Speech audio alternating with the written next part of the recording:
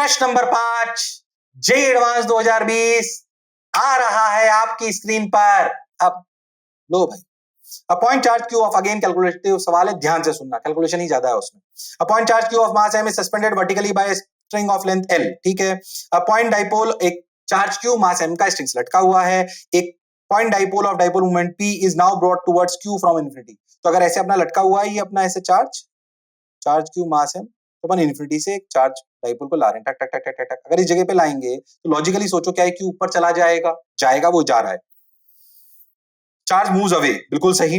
The final equilibrium position of the system including the direction of the dipole, the angles and distances as shown in the figure below, ठीक है। इसे diagram दिया हुआ था ये वाला, यस, ये डायग्राम था, ऐसा आप समझो, ठीक, ओके। अब देखो ध्यान से, अभी क्या कर रहे हैं अपने को क्लैरिटी आ जाएगी, पहले पीछे देखो। If the burden in bringing the dipole to this position is n equal to mgh, उसने बोला कि जब हम इसको ऐसे अपने डाइपोल स्ट्रिंग थी उस पे चार्ज क्यू लटका हुआ था, उसको जब डाइपोल को अपन यहाँ लाए तो ये ऐसे गया ऐसे हो गया। उसने बोला जब आप इसको अनंत से यहाँ लाए तो आपको कार्य करना पड़ा। उसने बोला वो कार्य n इंटू mgh है। तो एक बात पिक्चर में पहले समझ में आ गई कि mgh में कन्वर्ट करना है सब कुछ, बर्डन को, ठीक। अच्छा बोलो क्लियर है, बस वर्डन को कन्वर्ट करना है। अब वर्डन हुआ कैसे, ध्यान समझो। एक तो ध्यान समझो, जो डाइपोल अपन यहाँ लाए, तो डाइपोल जब यहाँ आया तो डाइपोल और चार्ज के बीच में एक इंटरेक्शन एनर्जी आई, वो एक तो वो वर्डन हो गया। और सोच के देखो अपना चार्ज थोड़ा ऊपर बढ़ गया, तो क्या कुछ हाइट भी चार्ज की बढ़ गई, क्या वो भी वर्डन आया? बोलो क्लियर है, mgh, ठीक है। अब उसने बोला कि अपन h क्या है, जो अपन हाइट ऊपर बढ़ गए।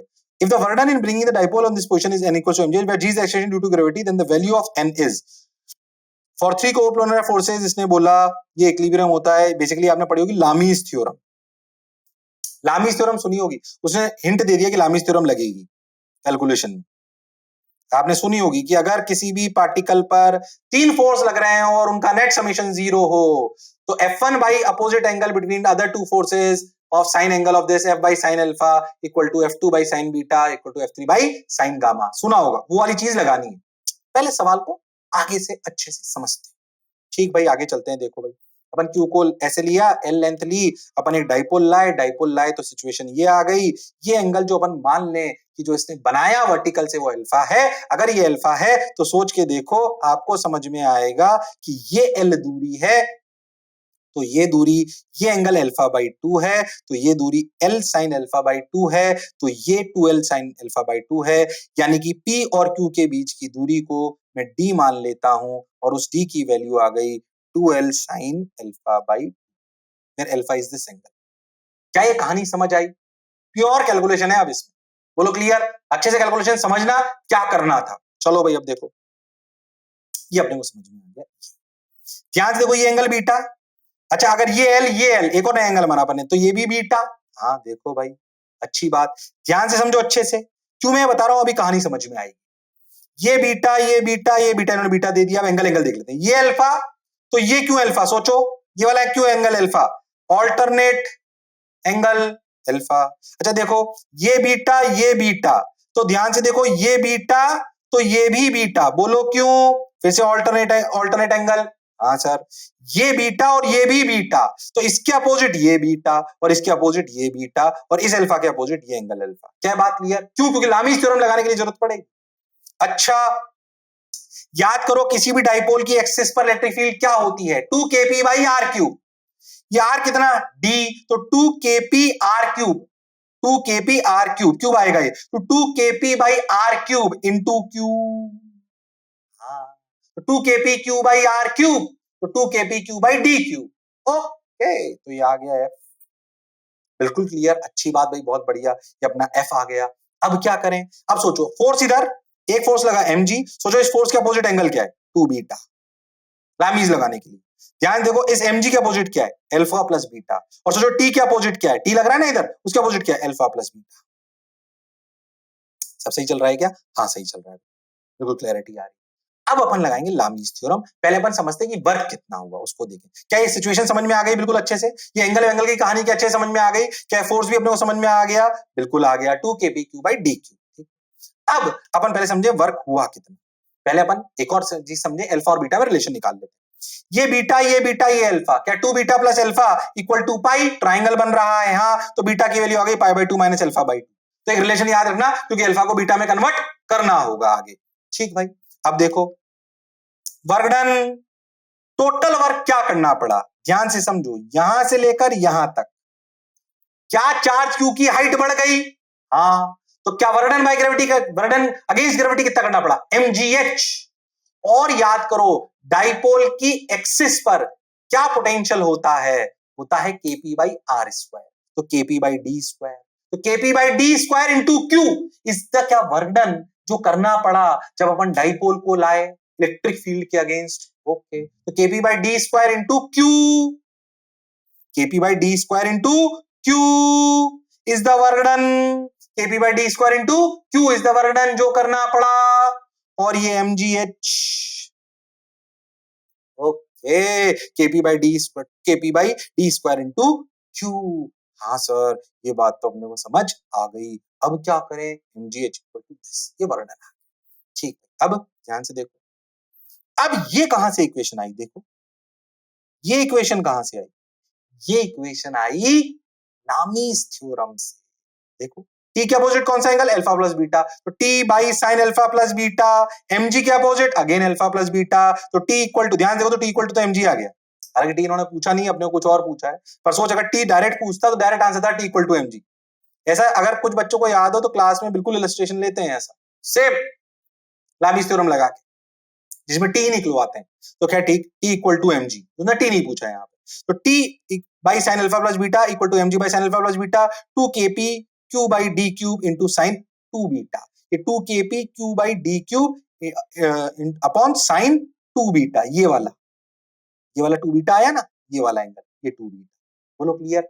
अब तुम ध्यान देखो t से हमें कोई लेना देना नहीं है, अपने को तो ध्यान समझो तो 2 kp q by D square की term, kp q by D cube की टर्म, डी स्क्वायर की टर्म अपने को इसकी टर्म्स में आनी चाहिए, किसकी टर्म्स में, mg की टर्म्स में, क्यों, क्योंकि mg की टर्म्स में आंसर दे रखा है, mgh की टर्म्स में, याद है ना mgh की टर्म्स में, तो mgh तो डायरेक्ट आ रही है, अपने को इस वाली टर्म को भी कन्वर्ट करना है किसमें, अपने को इसको भी कन्वर्ट करना है mgh की टर्म्स में, तभी तो n का मल्टीपल ला पाएंगे। हाँ, अब कैलकुलेशन फिर से सुनो, देखो mg by sine alpha plus beta, beta की वैल्यू आई pi by 2 minus alpha by 2 minus alpha, जैसे ही लिखा यहां पर पाई बाई 2 माइनस अल्फा लिखोगे तो alpha by 2 minus alpha by 2 plus alpha by 2 हो जाएगा, तो ये वाली इक्वेशन आ गई, समझ में आ गया क्या हुआ, यहाँ पे रखा बीटा की value pi by 2 minus alpha by 2, बोलो समझ में आ गया, हाँ। अब देखो 2 kp Q by D cube sign 2 beta, 2 beta की वैल्यू कितनी है, पाई माइनस अल्फा, तो दोनों टर्म पाई माइनस अल्फा की टर्म्स में आ गई, तो ये हो गया साइन पाई माइनस अल्फा, कितना हो गया, sine pi minus alpha sine alpha हो गया, और sine pi by 2 plus alpha by 2 कितना हो गया,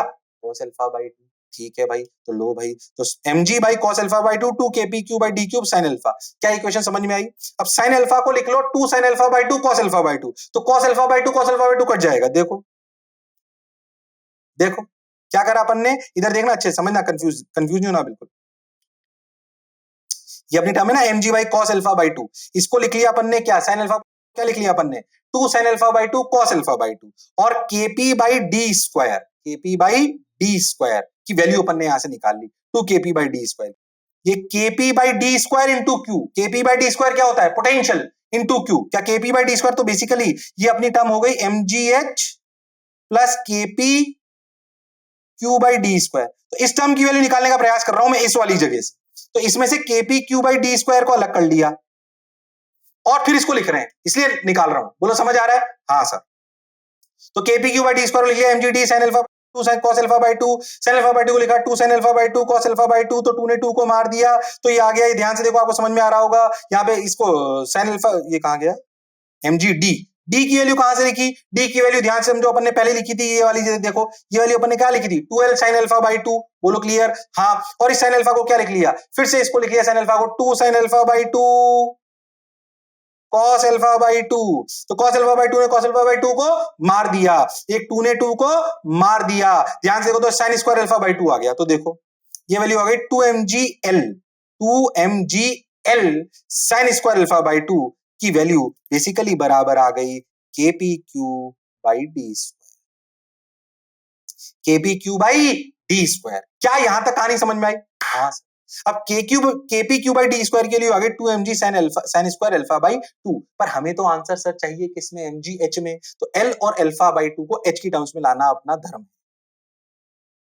अगर आप ध्यान समझो तो हमको तो h में चाहिए ना, तो l और अल्फा बाई 2 को अपने को किसकी टर्म्स में लाना है, बेसिकली जो d है इसको h की टर्म्स में, ध्यान से देखो तो ये जो अपना ये है 2l sin अल्फा बाई 2, इसको अपने को d को लाना है h की टर्म्स में, यही करना है। अब देखो उसके लिए क्या करा, cos बीटा, ये cos बीटा इक्वल टू ये वाला ट्राइंगल देखो, ये क्या h बाई डी, हाँ एक बेसिक कैलकुलेशन से आपको सिखा रहा हूं, आप और तरीके से करना चाहो वैसे भी कर सकते हो।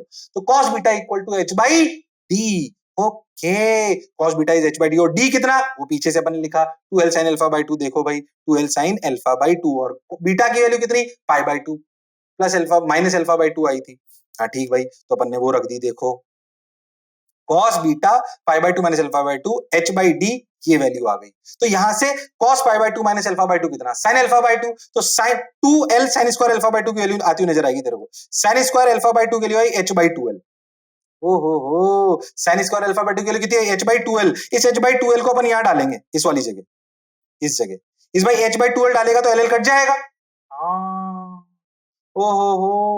देखो लो आ गया, हाँ तो सोचो kp Q by D square की वैल्यू क्या सिंपली mgh आ गई, और एक mgh पहले का तो क्या 2 mgh, तो क्या n की वैल्यू आई 2, n की वैल्यू क्या आई 2, हाँ सर आ गई, बहुत मजा आया, बोलो आया कि नहीं आया, अरे हाँ ना बोलना पड़ेगा,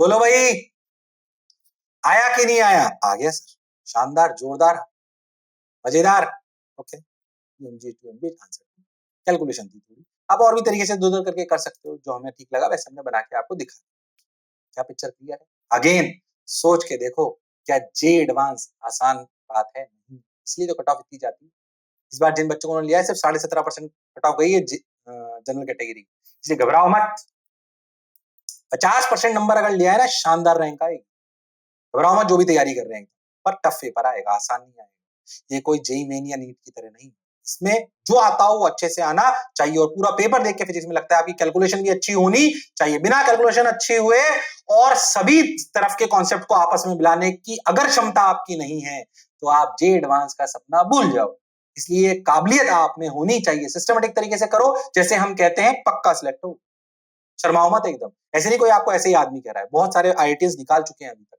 कम से कम 5000, तब मैं आपको ये बात कह रहा हूँ, वरना नहीं कहता, एक्सपीरियंस के साथ कह रहा हूँ, बार बार कहता हूँ कि हो सकता है कि आप गाना मुझसे अच्छा गाते हो, क्रिकेट मुझसे अच्छा खेलते हो, पर पढ़ना कैसे चाहिए ये मैं आपसे बेहतर जानता हूँ, यस और यस, चलो खैर बातें नहीं करते हैं, आगे बढ़ते हैं, अब देखें ये अपना आंसर आ गया 2, ठीक भाई, अब देखो जे एडवांस प्रश्न नंबर 6, फिर गलती कर गया जे एडवांस, और इसको बोनस कराऊं, क्यों करा पर मैं आपको दोनों तरीके बताता हूं, और सवाल को समझना अच्छे से कि वो क्या चाहते थे, बढ़िया टाइम लेके समझाऊंगा अच्छे से, बोलो क्लियर।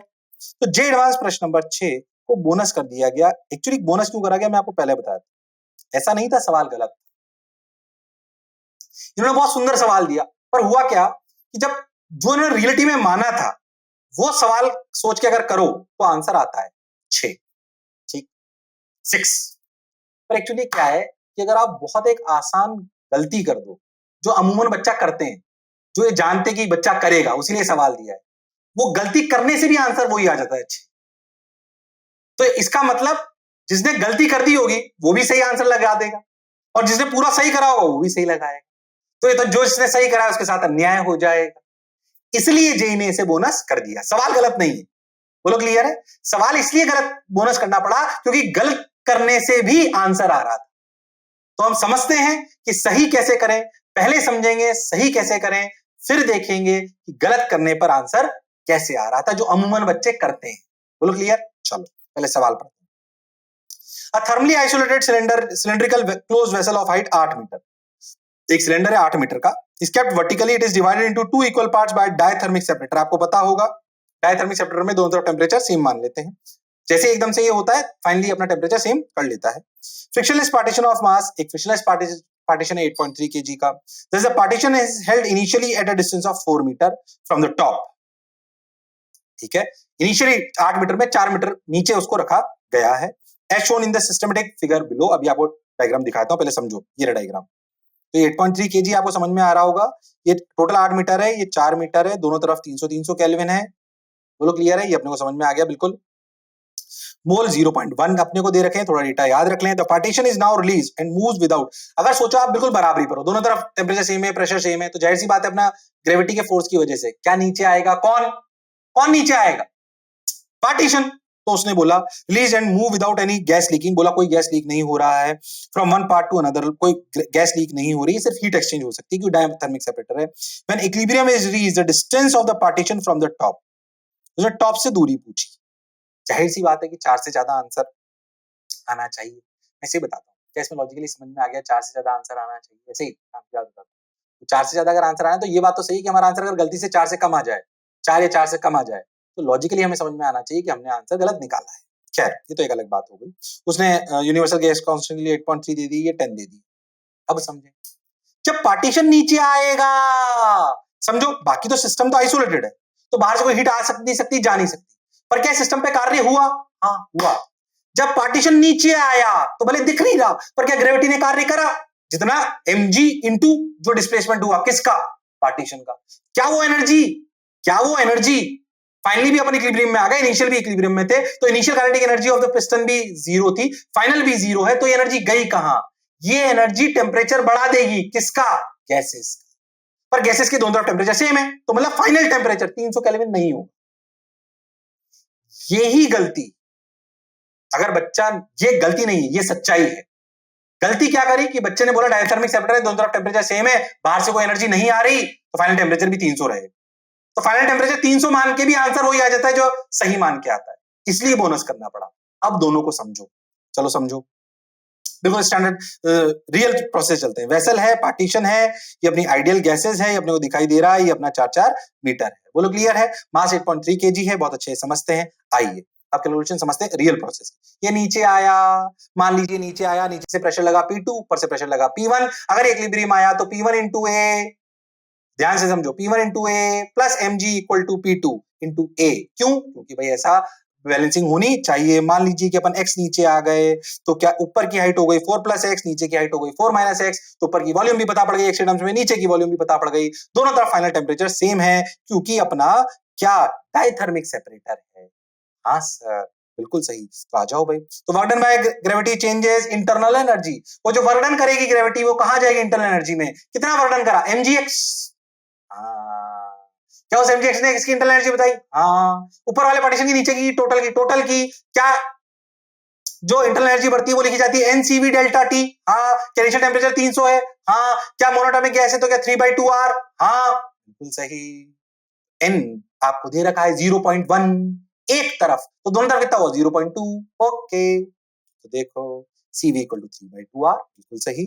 तो 8.3 इंटू 10 m 8.3 दे रखा था, इंटू 10 इंटू x, 0.2 क्यों लिया? दोनों का ले लिया, 3/2, R के लिए 8.3, T फाइनल माइनस 300। 8.3 ने 8.3 को मार दिया, इस 2 ने 0.1 को मार दिया, ये 0.3 हो गया। ध्यान से समझो अच्छे से। तो इधर अपन देखें तो 10x by 0.3 T final minus 300, तो अपनी जो T फाइनल की वैल्यू आई वो आई 300 प्लस 100x बाई 3। ये T फाइनल आया x की टर्म्स। अब कुछ नहीं करना, सिंपल मोल्स इक्वेट कर लेंगे, बात बन जाएगी। मोल्स तो इक्वेट करने, क्योंकि पहले इनिशियल मोल्स और फाइनल मोल सेम होने चाहिए। ओके, अब देखो क्या करा, ये क्या करा समझो, P into 4 plus X into a. ये P तो P क्या है ध्यान समझना, ये P प्रेशर है। बोलो clear? P plus mg by a. कौन सा प्रेशर? ऊपर से समझना अच्छे से, ध्यान समझो अच्छे से, कहां से आया इसको क्लैरिटी समझो। पीछे देखो, ये वाला प्रेशर, इधर जो प्रेशर है और जो नीचे प्रेशर है, इनमें डिफरेंस क्या है? एक अगर प्रेशर P है, एक pressure P plus mg by a. ऊपर वाला प्रेशर अगर P, ध्यान समझिए, नीचे वाला प्रेशर है वो अगर अपन बहुत अच्छे से समझें तो नीचे वाला प्रेशर ज्यादा होगा, P2 ज्यादा होगा कि P1 ज्यादा होगा? पहले बताओ, इधर पीछे देखो, P2 ज्यादा होगा P1 ज्यादा होगा। तो ऊपर वाला प्रेशर P1 इंटू, अगर अपन लॉजिकली समझें तो ऊपर से फोर्स कितना है? P1 into a plus mg equal to P2 into a. बोलो क्लियर है? तो अपन लिखेंगे P plus mg by a equal to P2। अब समझो P2 को अगर P मान लें तो क्या P1, सॉरी ऐसा मत करो, ऐसे कर, P1 को अगर P मान लें तो क्या ये नीचे वाला प्रेशर हो जाएगा P plus mg by a, P plus mg by a। अब देखो इसने क्या करा, P into 4 plus X into a. ये 4 प्लस एक्स इंटू ए कहां की वॉल्यूम है? कहां की वॉल्यूम है ये? कहां की वॉल्यूम है ये? ऊपर वाले की। पीछे देखो, तो अगर यहां का प्रेशर अपन ने P माना तो क्या नीचे का प्रेशर हो गया P plus mg by a? हाँ सर। तो P1 को अगर अपन P मान लें, P1 को अगर अपन P मान लें तो P2 हो जाएगा P plus mg by a। ये पीछे करा गया है, आगे करा गया है। क्या बात क्लियर? हाँ सर देखो, हाँ सर। तो P into 4 plus x, PV by T is NR। जो NR इनिशियल कंडीशन में जो था और बाद में जो था वो सेम होना चाहिए, क्योंकि नंबर ऑफ मोल्स दोनों तरफ सेम थे। NR यानी कि 0.1 इंटू 8.3, ये वैल्यू तो कांस्टेंट रहेगी बाद में और पहले, तो फाइनल वाले लिख रहे हैं। तो P into 4 plus X into A ऊपर वाली वॉल्यूम बाई T फाइनल, दोनों तरफ टेम्परेचर सेम है। P plus mg by A नीचे वाला प्रेशर इंटू नीचे वाली volume 4 minus X into equal to NR। क्या ये इक्वेशन समझ आई है अच्छे से? सिंपल NR इक्वेट कर दिए इनिशियल और फाइनल वाले। इनिशियल वाला कितना है? 0.1 इंटू 0.1 इंटू 8.3, 0.83। ठीक है, अब इन दोनों इक्वेशन को सॉल्व करा। कैसे? देखो P into 4 plus X into A T final equal to NR, बिल्कुल सही। तो PA की वैल्यू आ गई NR T final by 4 plus x, और ये समझ में आ गया NR T final by 4 plus x, और टी फाइनल की वैल्यू यहां से लिख दी 300 प्लस 100 प्लस एक्स बाई, यानी कि अगर आप ध्यान से देखो तो इसको ऐसे लिख सकते हो, 100 कॉमन ले लो तो 9 प्लस एक्स बाई 3। बोलो क्लियर है? इस टी फाइनल की वैल्यू को उठा के यहां पे रख सकते हो क्या? रखो, देखो रख दो, वो रख दिया क्या? हाँ सर देखो रख दिया। अच्छा n की वैल्यू कितनी? 0.1, r की वैल्यू कितनी? 8.3, नीचे 4 प्लस एक्स, टी फाइनल की value 300 plus 100 plus X by 3। बोलो क्लियर? तो ये ध्यान से समझो, ये अपना 0.1, ये 100 बाहर आ गया, ये 8.3, ये देखो 100 बाहर आ जाएगा यहाँ से 300 और इसमें से, तो 0.1 इंटू 8.3 को 83 बना देगा, तो 83 बाई 3, ये 3, ये एलसीएम वाला 3, ऊपर 9 plus X by 4 plus x. क्या कहानी समझ में आई है?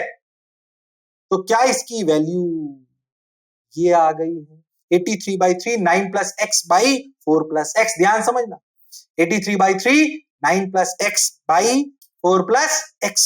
हाँ सर बिल्कुल सही, ये NRT final by 4 plus x की वैल्यू आ गई। एनआरटी फाइनल ये कहां से लाए? यहां से। ये किसकी वैल्यू आई बेसिकली? अगर अपन ध्यान से देखें तो अपन ने पीए की वैल्यू निकाल, इस पीए की वैल्यू जो यहां पे पीए आएगा ना उसमें रख देंगे, तो एक्स में क्वाड्रेटिक बनेगी। अब दूसरी इक्वेशन को देखो यहां से, P plus M G by a को देखो भाई, तो P plus M G by a 4 minus X by a by T final equal to NR. तो इसको ध्यान से देखो, तो पी ए अंदर आ गया, इस 4 माइनस एक्स को नीचे ले गया, तो NR T final by 4 minus X, और एनआर टी फाइनल की वैल्यू यहां से रख देंगे अभी टी फाइनल की वैल्यू वापस, और ये क्या बन गया? ध्यान से समझो, 4 माइनस एक्स नीचे चला गया, इधर आ गया P A plus M G, और पी ए की वैल्यू अपन यहां से रख लेंगे, ये रही, तो एक्स में क्वांटिटी बनती हुई नजर आएगी। अभी देखना तुम, ये इस वाली इक्वेशन में, ये वाली इक्वेशन समझ में आई? हाँ सर समझ आ गई। हाँ भाई, तो ये वैल्यू किसकी आई है? पीए की। किसकी आई है? पीए की। तो PA plus MG NR T final by 4 minus X, T final की वैल्यू यहां से रख देंगे, ये जो अपन ने निकाली 109 प्लस एक्स बाई 3, यहां से ये वैल्यू यहां पे भी रखेंगे, और पीए की वैल्यू ऊपर से रख देंगे, तो 83 by 3, 9 plus X by 4 plus X, PA की वैल्यू रखेंगे, एमजी की वैल्यू रखेंगे, और ये अपनी एनआर टी फाइनल, एमजी के लिए तो अपन जानते ही है 8.3 इंटू जी, तो 83 आ गई वैल्यू, देखो इधर रखा। समझ में आया किसकी वैल्यू? ये पीए की वैल्यू पीछे से 83 की वैल्यू, और ये टी फाइनल की वैल्यू, और ये अपना NR by into this, NR की वैल्यू 0.83, 8.3 इंटू 0.1। बोलो समझ में आई है? तो ये इक्वेशन आ गई। ध्यान देखो तो सिर्फ इसमें एक्स ही एक्स नाच रहा है। अब इसे सॉल्व करेंगे, अब इसे क्या करेंगे? सॉल्व। तो देखो 83 तो कॉमन ले लो, देखो 83 क्या ले लो, इन दोनों में से 83 कॉमन ले तो मर जाएगा यहाँ से यहाँ तक, तो 100 आ जाएगा बस उधर की तरफ, ये और ये इसमें से 100 ले लो, तो ध्यान से देखो ये सब कट गए आप। बोलो क्लियर है? हाँ, तो देखो 83 by 3, 9 plus x plus 83, 83 by 3, 9 plus X by 4 minus x. ध्यान देखो तो 83 कट गया, मैंने ऊपर ही काट दिया था, तो ध्यान से समझो, ये 9 plus X by 4 plus X into 3, तो ये 4 प्लस एक्स इंटू 3, इधर 1 बचेगा, ये 1 बचेगा ना इस जगह, तो 4 प्लस एक्स इंटू 3, तो आ जाएगा 4 3 12, 12 प्लस एक्स, 12 प्लस 3 एक्स, तो 12 plus 3 X, 9 plus X LCM आ गया 4 प्लस एक्स, इधर आया 9 प्लस एक्स, इधर आया 4 माइनस एक्स। बोलो क्लियर? हाँ सर, बिल्कुल सही चल रहा है, पक्के से? हाँ सर। और ये जो 3 नीचे यहाँ पे एलसीएम में आया था, ये इस वाले 3 से कट जाएगा। ठीक है, कैलकुलेशन समझ आ रही है? तो इधर लिख लिया अपन ने 21, ये कितना हो गया 9 plus 12 21, 21 plus 4x into 4 minus x, 9 plus x 4 minus x. अब इन्हें मल्टीप्लाई कर लिया, मल्टीप्लाई करा तो आ गया ये इक्वेशन। इसे अब ज्यादा चर्चा नहीं कर रहे हैं अपन। देखो सॉल्व करा तो ये क्वाड्रेटिक बनी, 5x square plus 18x minus 48। जब इसे अपन ने सॉल्व करा, कैसे? बिल्कुल बेसिक तरीके से जब अपन इसको सॉल्व करा पूरा, तो ये इक्वेशन लगभग सॉल्व करने पर आंसर आया कितना? 1.8। तो टॉप से नीचे x कितना आ गया? 1.8, पहले से 4 था तो आंसर आया 6। तो ये आंसर वो निकलवाना चाहते थे 6, आंसर 6 सही है सर, आ तो गया आंसर, बिल्कुल सही। यही जेई वाले आपसे कराना चाहते थे पक्के से। पर हुआ क्या कि जिस बच्चे ने वर्क डन बाय ग्रेविटी को कंसीडर करा ही नहीं, जो अमूमन बच्चा करता है, तब भी आंसर 6 एग्जैक्ट आ गया, क्योंकि रियल आंसर तो 5.8 था, इसका नियरेस्ट इंटीजर बच्चा क्या देगा? 6। पर जिस बच्चे ने वर्क डन बाय ग्रेविटी को कंसीडर ही नहीं करा और सवाल बहुत छोटा कर लिया, देखो कैसे। अगर हम गलत मेथड अपना लें, क्या अपना लें गलत सर? अगर हम गलत अपना लें कि भाई हमें ग्रेविटी का वर्क डन कंसीडर ही नहीं करना, the work done by gravity changes internal energy, so we cannot take temperature constant, but incorrectly by taking temperature constant हम ग्रेविटी के वर्क डन कंसीडर नहीं करें, तो क्या फाइनल टेम्परेचर भी 300 ही मानेंगे? हाँ, तो क्या होगा देखो, क्या फाइनल लेंथ आ जाएगी 4 प्लस एक्स? हाँ। ये आएगी 4 माइनस एक्स? हाँ। अब अपन work done by gravity consider नहीं कर रहे हैं, जो कि गलत है, पर अगर करें तो क्या होगा सोचो। तो फाइनल टेम्परेचर 300 में कोई चेंज नहीं आएगा।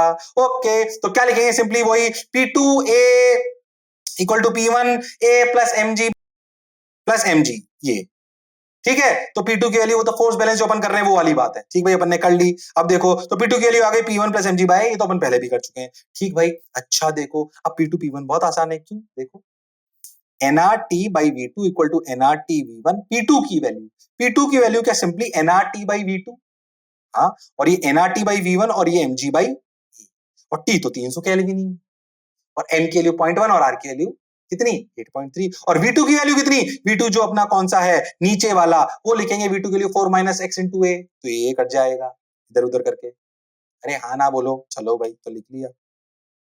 तो nRT 1 by V2 minus 1 by V1 equal to mg by a, और V2 की वैल्यू क्या है आप जानते हो, देखो आ जाओ इधर, देखो nRT n.1 RT 1 by V2, V2 की value a 4 minus x, V2 की इसकी V1 की value A4 plus x mg by a ने a को मार दिया। ध्यान से, तो डायरेक्ट क्वाड्रेटिक बन गई किसमें? x। देखो तो दिख रही है mg की वैल्यू कितनी है, देखो m की वैल्यू कितनी 8.3, g की वैल्यू कितनी 10, तो देखो ये 8.3, ये 8.3 कट गया, और ये 0 ने 0 को मार दिया, और ये 3 बन गया। हाँ बन गया, लो भाई, आसानी से a को मार दिया। ये आ गया अपना कितना, इधर 4 plus x 4 minus X by 16 minus X square, LCM ले लिया, इक्वल टू 1/3। क्या कहानी समझ आई? तो लो भाई, आपकी बढ़िया शानदार एक क्वाड्रेटिक बन गई, 6x equal to 16 minus X square. शानदार, बच्चा करके खुश हुआ। X square plus 6x minus 16 is quadratic equation, जिसके दो रूट आए, -8 और 2। माइनस का कोई सिग्निफिकेंस नहीं था बच्चे के लिए, 2 आया, 4 प्लस 2 इज 6। ओहो, एग्जैक्ट 6 आया। अब ईमानदारी से बोलो, क्या ये सही था? नहीं, तो गलत था, पर आंसर तो 6 आ गया। जिसने सही करा होगा उसका भी 6 आया। जब जेई को ये अन्याय होता हुआ दिखा, बच्चों ने क्लेम करा, तो उन्होंने इसको मार्क्स टू ऑल कर दिया, जबकि सवाल सही था, बट गलत करने पे भी सही आंसर आ रहा था। इसलिए सही और गलत में फर्क करना समझदारी नहीं थी, इसलिए जेई ने बोला नंबर सबको मिलेंगे। क्या मेरी बात क्लियर है? अरे हाँ ना बोलो भाई, पक्का? चलो, तो आंसर हो गया बोनस। क्यों हुआ? क्या बात क्लियर है? पक्का? चलो भाई।